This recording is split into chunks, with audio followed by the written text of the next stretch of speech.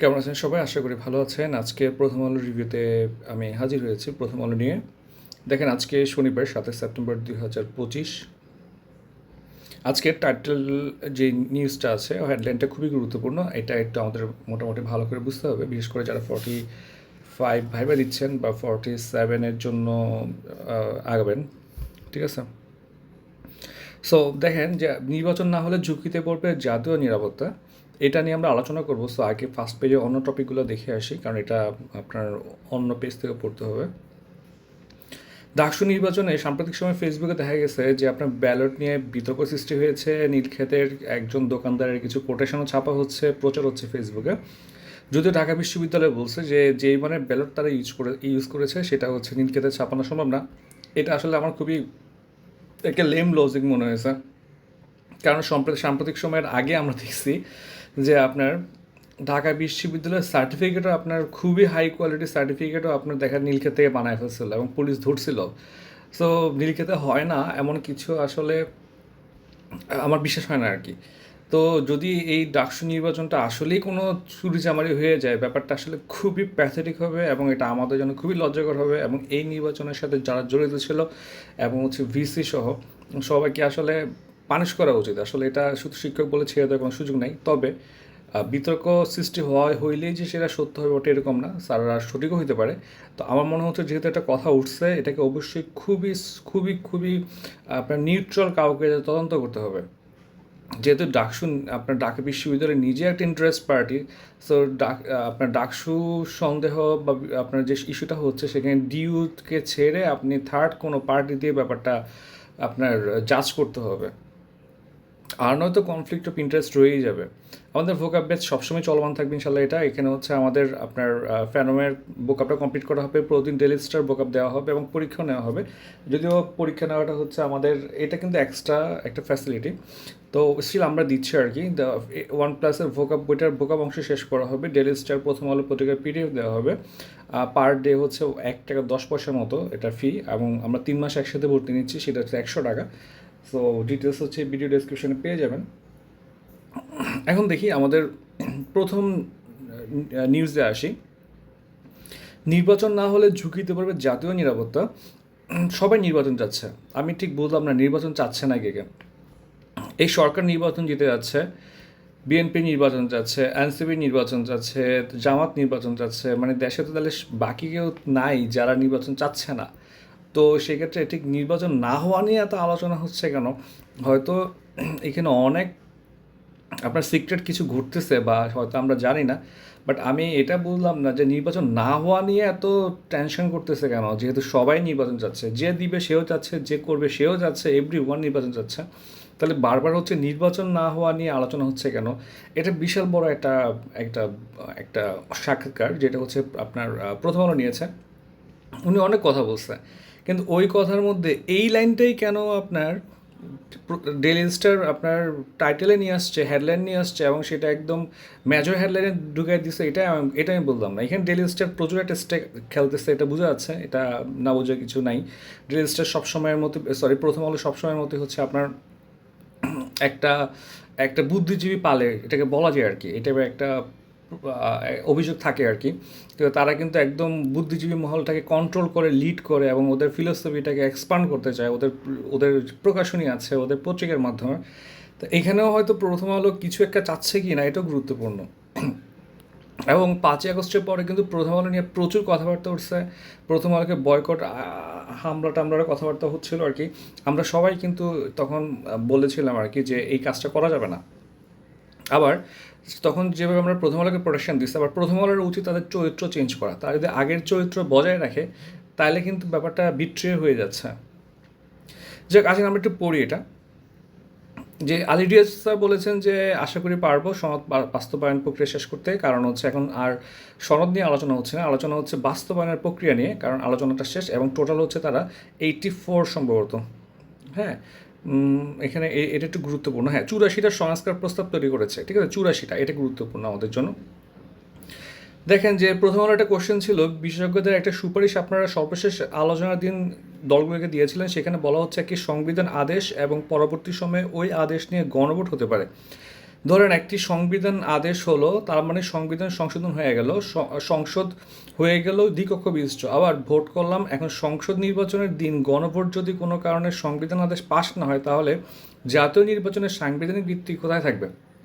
এই কোশ্চেনটা একটা গোজলামিল কোশ্চেন, এবং এটা আমি কয়েকবার পড়েও যা বোঝার ট্রাই করছি সেটা হচ্ছে, সংবিধান আদেশ জারির পরে দ্বিকক্ষ বিশিষ্ট আইনসভা হয়ে আপনার নির্বাচন হয়ে যাওয়ার পরে সংসদ বসে যদি আপনার গণভোট দেয়, পাস্ট যেটা ছিল সেটাকে আপনার রেকটিফাই করার জন্য, তো ওইটা যদি পাস হয়ে যায় ভালো, যদি ফেলড হয় তাহলে কী হবে? তাহলে তো পুরো প্রসেসটা অবৈধ হয়ে যাবে।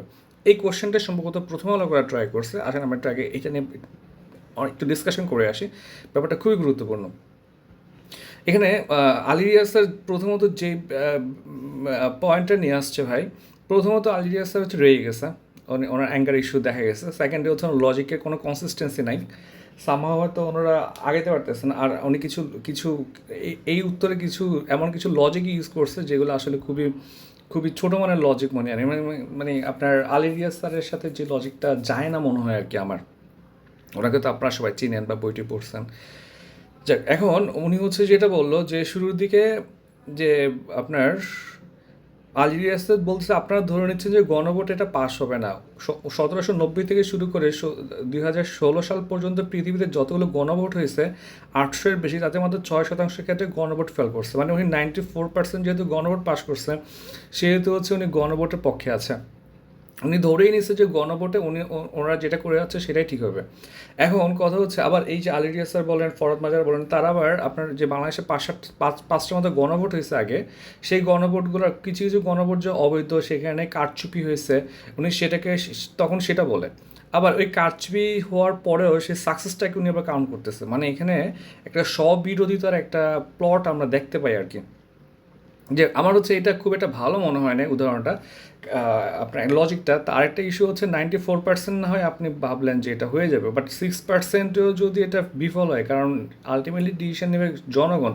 তো এই জনগণ যদি আপনার ডিসিশনটা নিয়ে ফেলে যে আমি দিব না, তো সেক্ষেত্রে কী হবে? সেক্ষেত্রে আপনার পুরা আপনি যে কাজগুলো করছেন বা নির্বাচন হলো, এটা একটা একটা ক্যাওয়াস ক্রিয়েট হবে, একটা ম্যাসাকার ক্রিয়েট হবে। এতগুলো সিস্টেম আপনি ক্রস করে আসছেন, জনগণ রিজেক্ট করে দিলে আপনি আপনি জাস্ট ড্যামেজড।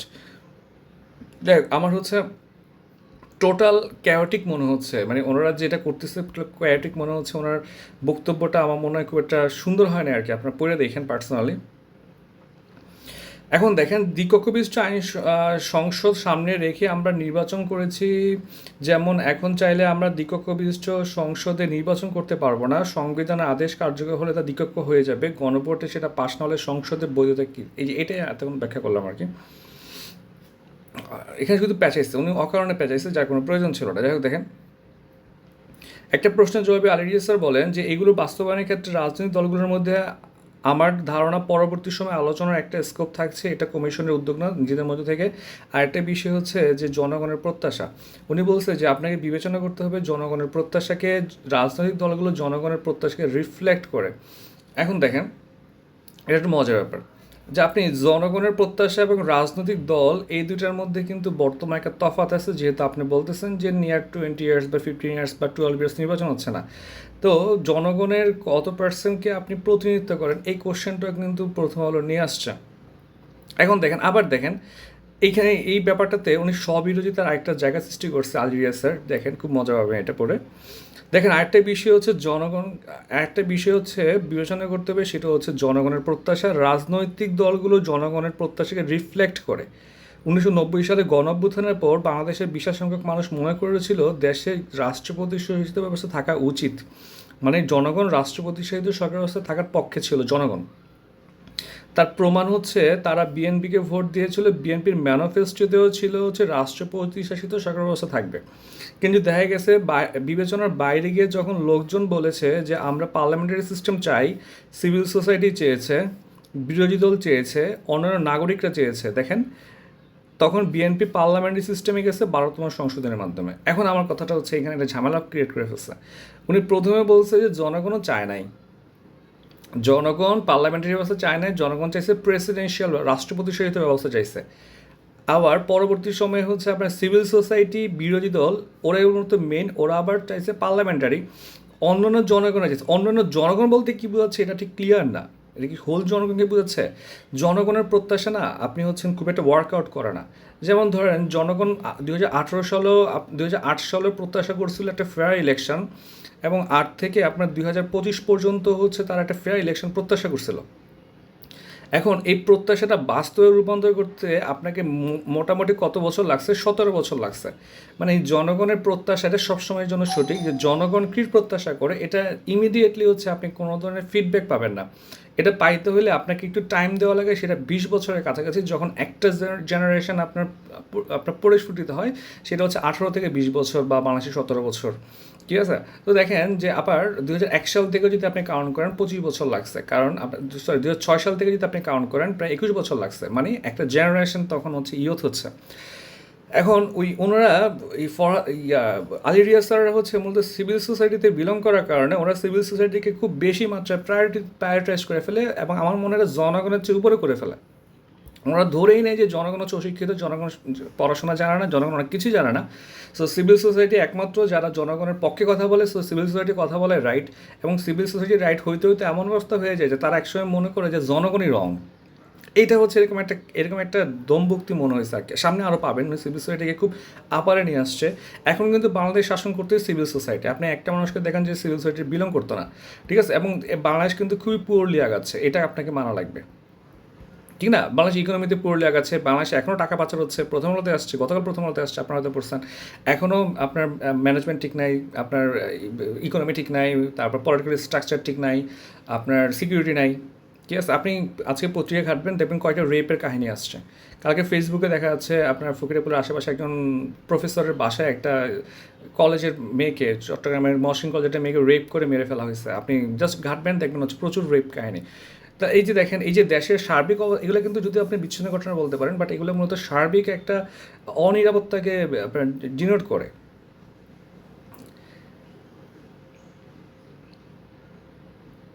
একটু পড়বেন, আমি পুরোটা ডিসকাশন করতেছি না, কিছু বুলেট পয়েন্ট নিয়ে আলোচনা করি আজকে। আজকে ভিডিও অনেক বড় হয়ে যাবে, অলরেডি 12 মিনিট ক্রস করছে, আমরা এখনও ফুলটাতে ঢুকতেই পারিনি। ধরুন আজকে অর্ডারটা হলো, তাহলে কি জুলাই সনদ সংবিধানের পার্ট হয়ে গেল?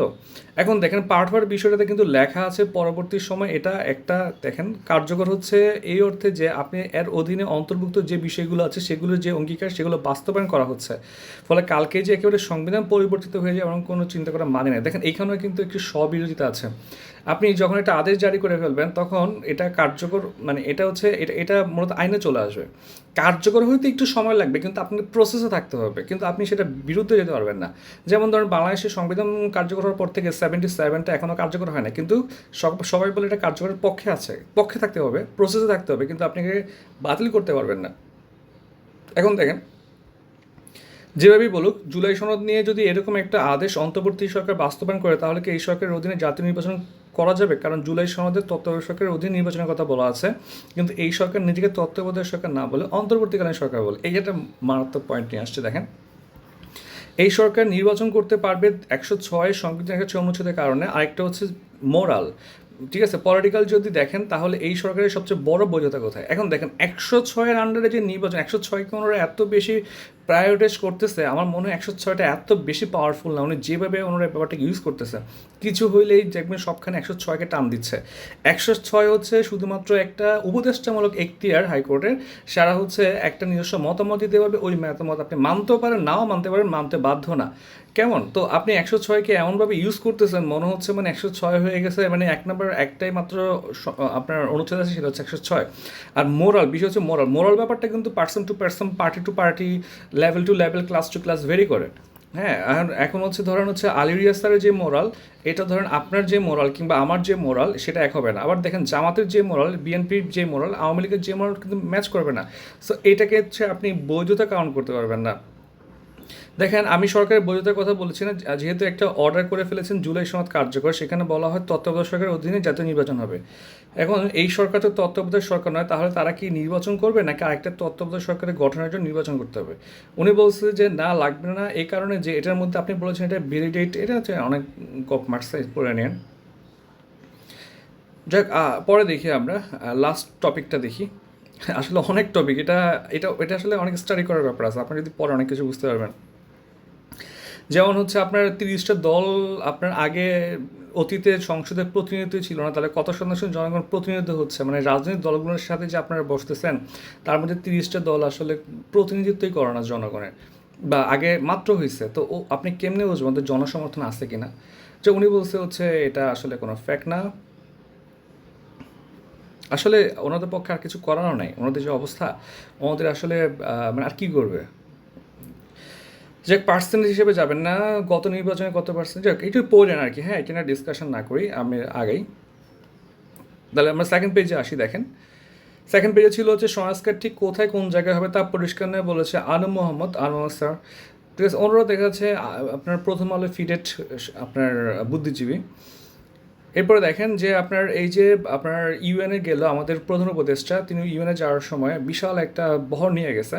তো শরীফুল আলম জানান প্রেস সেক্রেটারি যে এবারের সফর সঙ্গীদের 1/3 নিরাপত্তা কর্মকর্তা যারা প্রধান উপদেষ্টা অন্যান্য শীর্ষ কর্মকর্তাদের নিরাপত্তা নিশ্চিত করার দায়িত্ব পালন করবে।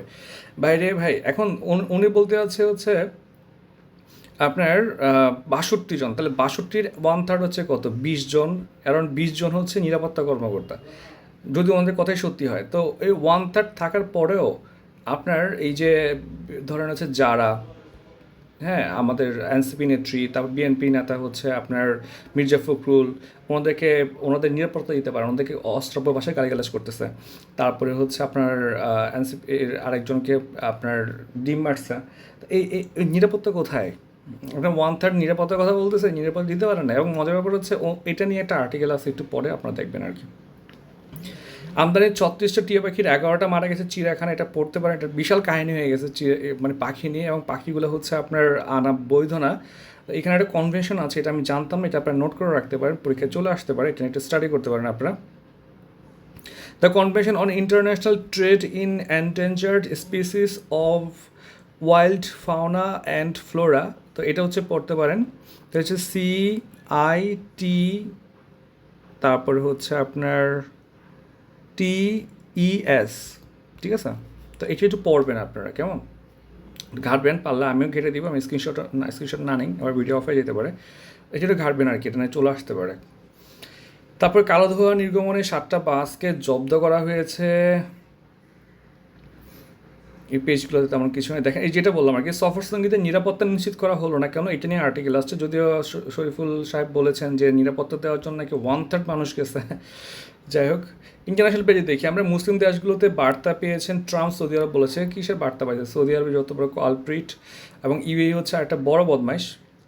দেখেন ইসরায়েলের হুমকি উপেক্ষা করে এগিয়ে যাচ্ছে নৌবহর, এটা কিন্তু পরীক্ষায় আসার জন্য গুরুত্বপূর্ণ। যে আপনার নৌবহরটার নাম হচ্ছে গ্লোবাল সুমুথ ফ্লোটিলা, এতে প্রায় 50টা বেসামরিক নৌযান আছে, সেখানে আছে হচ্ছে গ্রেটা থুনবার্গ, আইনজীবী, সংসদ সদস্য এবং মানবাধিকার কর্মীরা আছে। এবং হচ্ছে আপনার সেখানে ইতালি এবং স্পেন তাদেরকে হচ্ছে সহায়তার জন্য নৌজাহাজ পাঠিয়েছে, এবং ইতালি কিন্তু একটা বদমাইশ, এবং ইতালি অলরেডি ওদেরকে বলছে যে ভাই তোমরা আমাদের খাবারগুলো দিয়ে দাও, আমরা পৌঁছে দিব, এবং ওরা কিন্তু এটা রিজেক্ট করছে। হ্যাঁ, সো ইতালিকে অত ট্রাস্ট করা যাবে না, দেখা যাবে ইতালি হচ্ছে ইনফরমেশনগুলো ইসরায়েলকে লিক করতেছে। ওষুধের উপর 100% শুল্ক আরোপের পরিকল্পনা করেছে ট্রাম্প, এগুলো একটু এক্সট্রিম হয়ে যাচ্ছে, ঠিক আছে। তো যাই হোক, ট্রাম্প কী করতেছে ঠিক শিওর না। পরের পেজে দেখি আমরা, এখানে তেমন কিছু নাই। প্রবাসিয়ায় কৃষি ব্যাংকের চমক, সবচেয়ে বেশি প্রবাসিয়ায় আসছে হচ্ছে আপনার ইসলামী ব্যাংকে 1 নাম্বার, 2-এ অগ্রণী ব্যাংক, তারপরে 3-এ কৃষি, 4-এ জনতা, 5-এ ব্র্যাক, 6-এ হচ্ছে সোনালী ব্যাংক। কাজ ভালো করলে 3 মাসের মূল বেতনের সমান ভাতা রাষ্ট্র মালিকানাধীন সরকারি ব্যাংকগুলোতে। ওদিকে হচ্ছে বাংলাদেশ ব্যাংক নিজে সরকারি হইলেও সে হচ্ছে 6টা ইনসেন্টিভ নিয়ে ফেলতেছে। এটা হচ্ছে ব্যাপার, যে আপনার স্টেট ওন গভর্নমেন্ট ব্যাংকগুলোকে নিয়ে যত কড়াকড়ি করতেছে, ওদিকে বাংলাদেশ ব্যাংক নিজেরা হচ্ছে সবার আগে সবচেয়ে বেশি নিয়ে ফেলতেছে। তার সেই ব্যাপারে কোনো ধরনের নীতিমালা নাই। নীতিমালা করলে নিজের জন্য করা উচিত, ঠিক না? নিজের ক্ষমতা আছে, আরেকজনকে চাপায় নিজে খেয়ে ফেলবে, এটা তো হবে না। যাক, এ হচ্ছে আজকের প্রথম আলো, সবাইকে অসংখ্য ধন্যবাদ, আর তেমন কিছু নাই। আচ্ছা, একটু বলে রাখি যে ধর্ষণের 44% মামলা তদন্তে প্রমাণিত হয়নি। যাই হোক, নারী এবং শিশুদেরকে নিরাপত্তা দেওয়া লাগবে সবার আগে। এ হচ্ছে আজকের প্রথম আলো, সবাইকে অসংখ্য ধন্যবাদ।